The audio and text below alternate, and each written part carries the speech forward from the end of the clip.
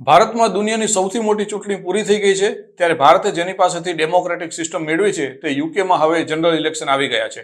આગામી મહિને યુકેમાં ચૂંટણી થવાની છે અને તેનો ટેમ્પો ધીમે ધીમે જામી રહ્યો છે.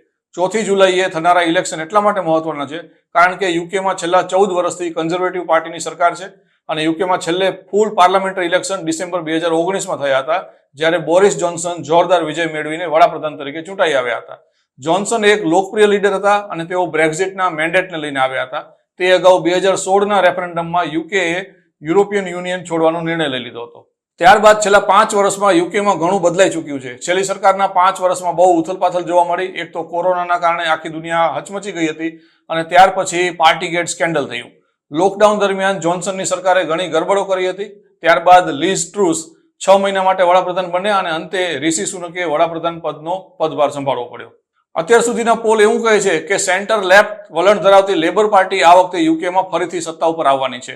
લેબર પાર્ટી એક દાયકા કરતા વધુ સમય સુધી વિરોધ પક્ષમાં રહી હતી, પરંતુ હવે તેને કદાચ સત્તા સાંભળવા મળશે તેવું લાગે છે. તેનાથી બ્રિટિશ રાજકારણમાં મોટા ફેરફાર આવી શકે છે. યુકેમાં સંસદની ચૂંટણી કેવી રીતે થાય છે તેનો વિચાર કરીએ તો યુકેમાં ઇંગ્લેન્ડ, નોર્ધન આયર્લેન્ડ, સ્કોટલેન્ડ અને વેલ્સનો સમાવેશ થાય છે અને આખો દેશ 650 મતક્ષેત્રમાં વિભાજિત છે. દરેક કોન્સ્ટિટ્યુઅન્સીમાં મતદારો સંસદમાં પોતાનું પ્રતિનિધિત્વ કરવા માટે એક ઉમેદવારને પસંદ કરે છે.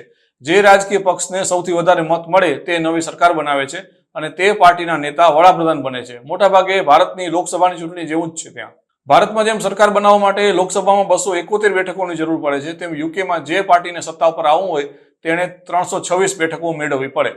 જો આટલી બેઠકો ન મળે તો હંગ પાર્લામેન્ટ રચાય અને બીજી પાર્ટીનો સપોર્ટ લઈને ગઠબંધન સરકાર બનાવી શકાય છે. 2010માં યુકેમાં કન્ઝર્વેટિવ પાર્ટીએ લિબરલ ડેમોક્રેટ સાથે હાથ મિલાવ્યા અને બીજા વિશ્વયુદ્ધ પછી બ્રિટનમાં પહેલી વખત ગઠબંધન સરકાર અથવા તો મોરચા સરકાર આવી હતી. 2017માં કન્ઝર્વેટિવ્સે નોર્ધન આયર્લેન્ડની ડેમોક્રેટિક યુનિયનિસ્ટ પાર્ટી સાથે હાથ મિલાવ્યા હતા. યુકેના ઇલેક્શનમાં આ વખતે કયા મુખ્ય મુદ્દા છે તેનો વિચાર કરીએ તો ભારતમાં આપણે ત્યાં જ્યારે ચૂંટણી થાય ત્યારે બેરોજગારી, મોંઘવારી એ બધા લોકોના મુખ્ય મુદ્દા હોય છે. ભારતનો ઇકોનોમિક ગ્રોથ ઊંચો છે તે બાબતમાં કોઈ ઇસ્યુ નથી, પરંતુ મોંઘવારીના કારણે ભારતમાં લોકો પરેશાન છે તેવું બધી જગ્યાએ છે.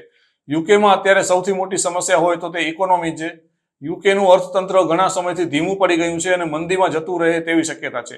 એક તરફ યુકેમાં કોસ્ટ ઓફ લિવિંગ વધી ગયો છે અને ફુગાવો રેકોર્ડ લેવલ ઉપર છે. 2022માં યુકેમાં ફુગાવાનો દર વધીને 11.1% થઈ ગયો હતો, જે એક રેકોર્ડ છે.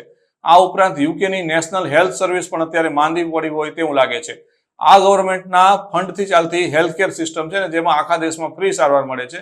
આ વખતે આ ટોપ પ્રાયોરિટી ઉપર રહેશે તેવું લાગે છે. 2009ની નાણાકીય કટોકટી પછી વડાપ્રધાન ડેવિડ કેમરૂનની આગેવાનીમાં ખર્ચ કાપના પગલાં લેવાયા હતા, જેના કારણે હેલ્થ સર્વિસનું ફંડ ઘટી ગયું અને સ્ટાફની પણ અત્યારે અછત છે.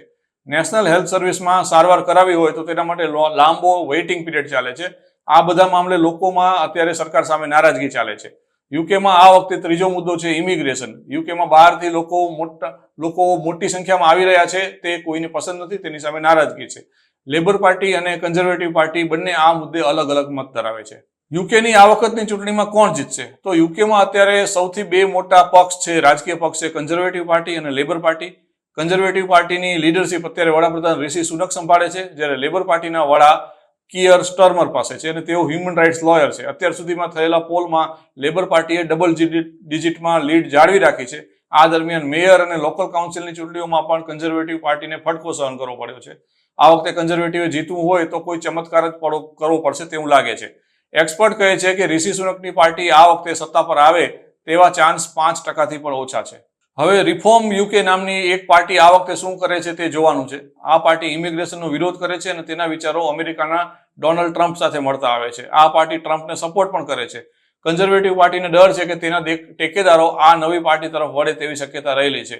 રિફોર્મ યુકેના વડા નાઇજેલ ફેરાઝ અત્યાર સુધી એવું કહેતા હતા કે તેઓ ચૂંટણી નથી લડવાના, પરંતુ 3 જૂને તેમણે જાહેરાત કરી કે તેઓ એક સીટ ઉપરથી ચૂંટણી લડશે. આ મતક્ષેત્રમાં 70% લોકોએ 2016માં બ્રેક્ઝિટની ફેવરમાં વોટિંગ કર્યું હતું. તેના કારણે એવું લાગે છે કે લેબર પાર્ટીને ફાયદો થશે અને કન્ઝર્વેટિવ પાર્ટીના વોટ કપાશે. સ્કોટલેન્ડમાં સ્કોટિશ નેશનલ પાર્ટી 2015માં તમામ 3 પાર્લામેન્ટરી બેઠક ઉપરથી જીતી ગઈ હતી. તેમણે લેબર પાર્ટીને પોતાના જ ગઢમાં પરાજય આપ્યો હતો, પરંતુ ત્યાર પછી એક ફંડિંગ સ્કેન્ડલ બહાર આવ્યું, જેના કારણે તેનો સપોર્ટ બેઝને અસર થઈ છે. લેબર પાર્ટીના કિયર સ્ટારમરનો રસ્તો આ વખતે આસાન બને તેવું લાગે છે. બીજી 2 પાર્ટીમાં એક છે લિબરલ ડેમોક્રેટ્સ અને બીજી પાર્ટી છે ગ્રીન પાર્ટી. આ બંને મે મહિનામાં લોકલ ઇલેક્શનમાં ફાયદો થયો હતો, પરંતુ બ્રિટનની ચૂંટણીની પદ્ધતિ એવી છે કે તેમાં નાની પાર્ટીઓ માટે સંસદીય ચૂંટણીમાં જાજી બેઠકો જીતવી મુશ્કેલ છે. ચૂંટણીના રિઝલ્ટ ક્યારે આવશે? તો 4 જુલાઈએ 10 વાગે રાત્રે વોટિંગ પૂરું થાય કે તરત જ એક્ઝિટ પોલ આવવાની શરૂઆત થઈ જશે. હજારો વોટર્સ ઉપર સર્વે કરીને આ એક્ઝિટ પોલ તૈયાર કરવામાં આવ્યા હશે.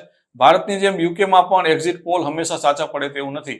1992 અને 2015ની ચૂંટણીમાં એક્ઝિટ પોલે કોઈને બહુમતી નહીં મળે તેવું કહ્યું હતું, પરંતુ કન્ઝર્વેટિવ પાર્ટીને બહુમતી મળી હતી.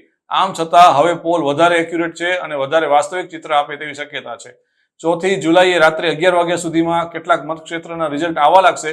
ત્યાર પછી બીજા દિવસે સવાર સુધીમાં પરિણામો આવવાનું ચાલુ રહેશે અને 5મી તારીખે સવારના 7 વાગ્યા સુધીમાં ઓવરઓલ રિઝલ્ટ એકદમ ક્લિયર થઈ જશે. જો કે રૂરલ એરિયાની કેટલીક સીટના પરિણામ થોડા મોડેથી આવશે. એકંદરે ભારતીય ચૂંટણી પ્રક્રિયાને જે લોકો સમજતા હોય તેમના માટે યુકેની ચૂંટણીને સમજવી બહુ સરળ છે. માત્ર મુદ્દા અને નેતાઓના નામ અહીં બદલાતા હોય છે.